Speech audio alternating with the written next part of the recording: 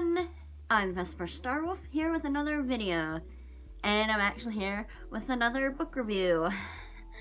I love doing these, and today I'm going to be reviewing Red, White, and Royal Blue by Casey McQuistion.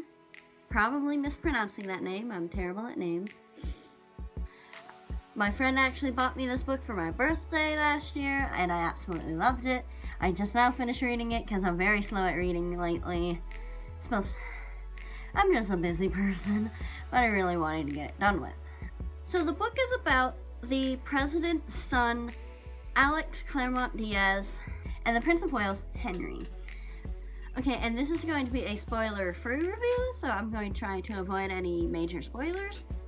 To start off the plot is the president and her family, one of the main characters being her son, Alex. They are at a royal wedding for, one of the princes in England.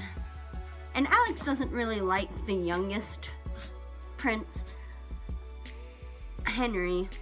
After a confrontation, the two make utter fools of themselves, and everyone, the tabloids and everyone's like, oh, is this going to start something between, the USA and then England?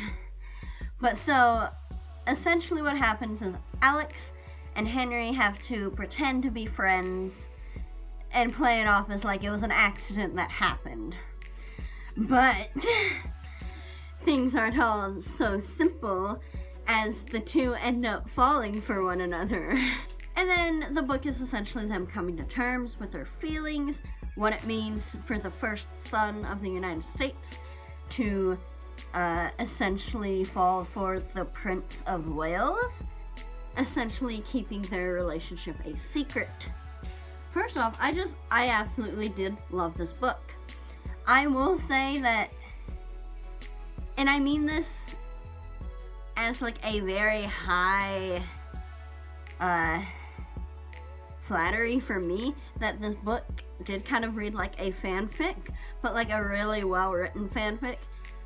To me, that's because I love fan fiction, and I know the depth and how good a fanfic can go. And when I say it read like a fanfic, I don't mean it was badly written. It was actually really well written, and I haven't seen any like errors or anything that stood out to me. But just the plot of it sounds like an alternate universe fanfic that you would stumble upon on AO3 and be like, that sounds like a fun little read, and it really is. It's so ridiculous, but it works. And it's just one of those things where it's like so out there, but like grounded in reality. Because I've mentioned before that I don't like contemporary. It is hard for it to keep my attention. This did really well because of how the writing style kind of worked for it. And the plot was really fun. Because as long as a contemporary has like a fun plot, like I'll give it a chance. And I'm glad I did, because this book was really good. And because I did really like this book, I'm not going to go like too in depth with this review, because there's not much I can really give. One of my main problems with the book is more of a myself kind of thing, more of a preference kind of thing, because I did think the relationship moved a little too fast. However, this book isn't a slow burn, which is what I prefer when it comes to romance. So like a slow build up to the romance. But this book is more focused on them keeping their relationship a secret rather than about them getting together. So it honestly makes sense for the book to be this way. So that's why I'm not like holding it against it, and it's not gonna change like how I feel about the book just because that's not what it's about. Another small thing is this, it had a lot of characters. I feel like, a lot of books nowadays that I have been reading have a lot of characters. But it did do a good job of making each one memorable by giving them something, just a little something that made them stick out, that so you could remember who was who.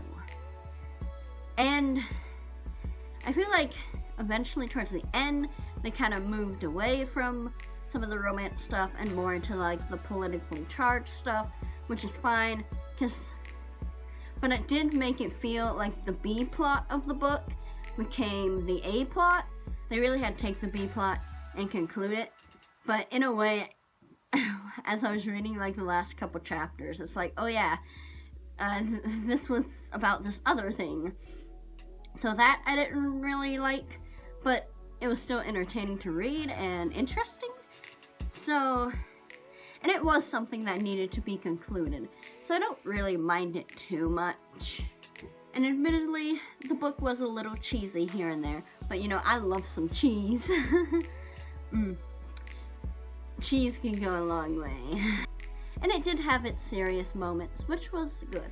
So like I said, this isn't going to be a long review, just a few things about it. I highly recommend this book if you want a fun little romance to read.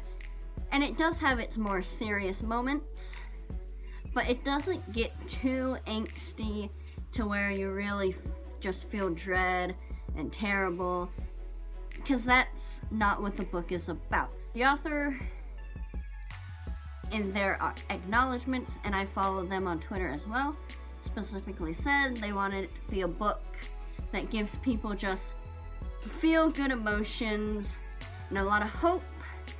So if you're wanting something dark and dreary, this probably isn't for you. If you don't like romance, not for you. But if you do like romance, and then especially with LGBT themes and just a happy story that'll kind of brighten you up, especially in these dark times, I think you'd really enjoy this book. So I highly recommend it if you want. Anyway, that is it for my little review of Red, White, and Royal Blue. It was a really fun read. Highly recommend. And that's about it for this video. Bye!